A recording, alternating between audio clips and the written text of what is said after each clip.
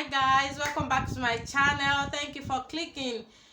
If you are seeing my face for the first time, my name is Adetuji Funke Ige.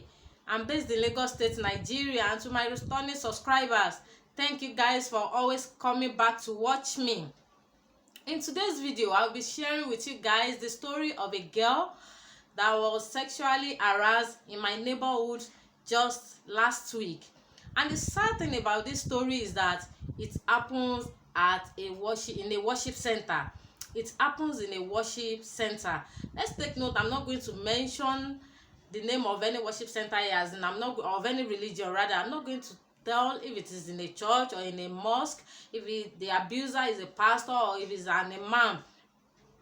But I'm just going to tell the story, and I want us to derive one or two lessons, and I also want us to share our own experience, as in contribution. Let's contribute, let's give suggestions. Yes, let's give suggestions.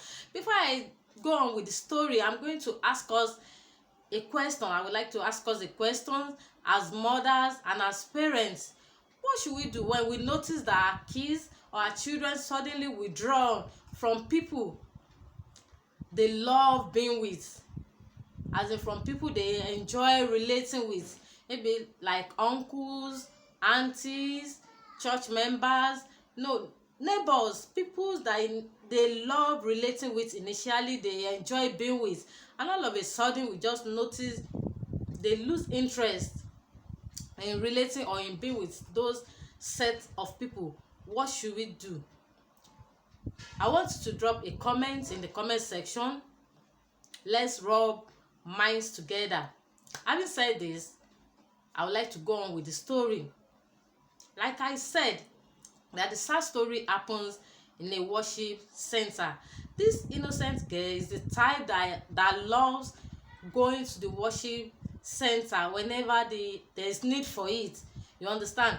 Sometimes even when the parents are not there, like the worship center is very close to the house, so she goes there with the other siblings whenever there's need for it. And before the mother knows it, this girl started losing interest.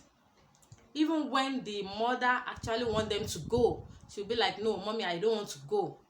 And instead of the mother to ask questions or to try and find out some things, either from the girl or even from people, from other people, maybe from other siblings, she started beating the girl. She beat the girl, insulted the girl.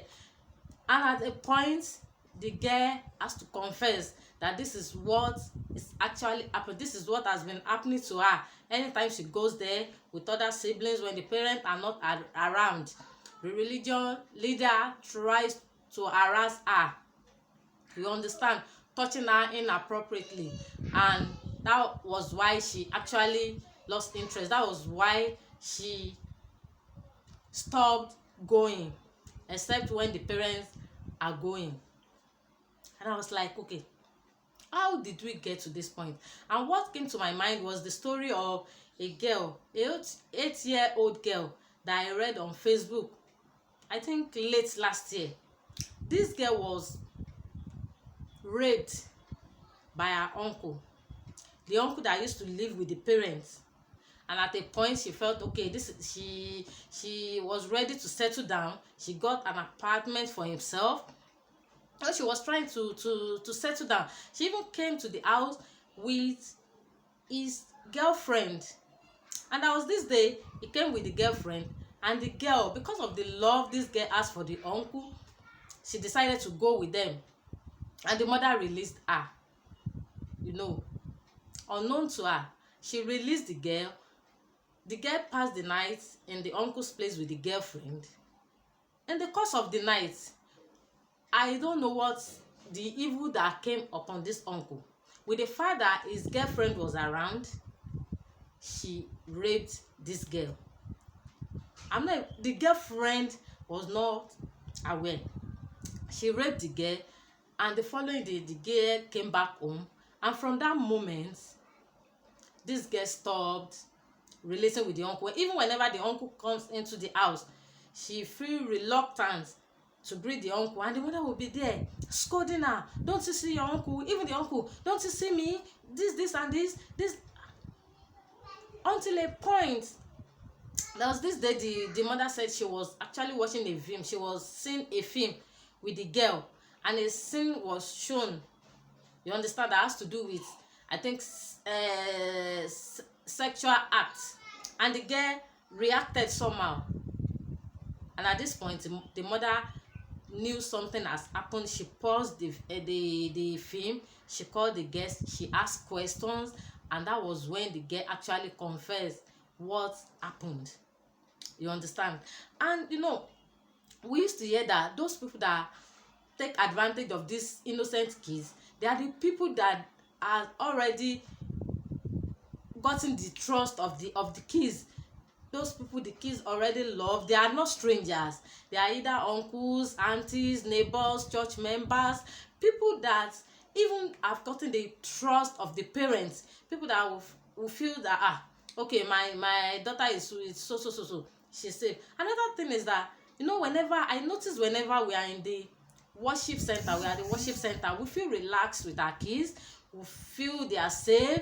We believe everybody that are in church are same people. There are people that fears God. There are people that knows what to do. There are people that knows what God wants us to do. They are the people that actually will do what is right, and that is where we actually get it wrong. We feel relaxed, and most kids are being harassed in the worship center, you understand. And this girl, having convinced the mother, walked to the worship center, to iron things out with the quarrel and all this thing. And I was like, oh, we as parents, we need to like learn how to trust our kids. We need to be their friends, as in the friends they are looking for. We need to be someone they can actually talk to whenever they are worried, whenever they are confused.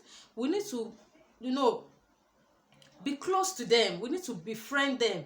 We need to be close to them. We need to give them attention, so that whenever anything happens to them, they will be able to tell us, asking them questions. And it's not only when we notice strange sudden change in them, not only when we notice strange behaviors in them, even in their daily activities. When they go to school, coming back from school, let's ask questions. What happened in school today? What happened? How are your friends? Who are your friends? Who are the people you play with? These days, by the time we learn to raise conversation with our kids, when things happen that we are not even aware of, they will be confident, they will be bold to tell us. They will be bold to meet us and to discuss with us. And instead of we judging them, let's learn to ask questions. Don't let's believe because you did not greet your uncle, because you did not greet an auntie, that means you started working with bad friends. That means you don't have respect anymore. They have their own worries too. And when someone, even as an adult, when someone that you actually trust, someone that you trust so much betrays you, know how it feels, you understand. Not to talk of these innocent children. So when we notice these sudden changes in them, let's learn to ask questions instead of judging them. And if you have actually watched to this point, I would like you to like the video, drop a comment, share, and also don't forget to subscribe to my channel. And I'm going to see you in my next video. Bye guys.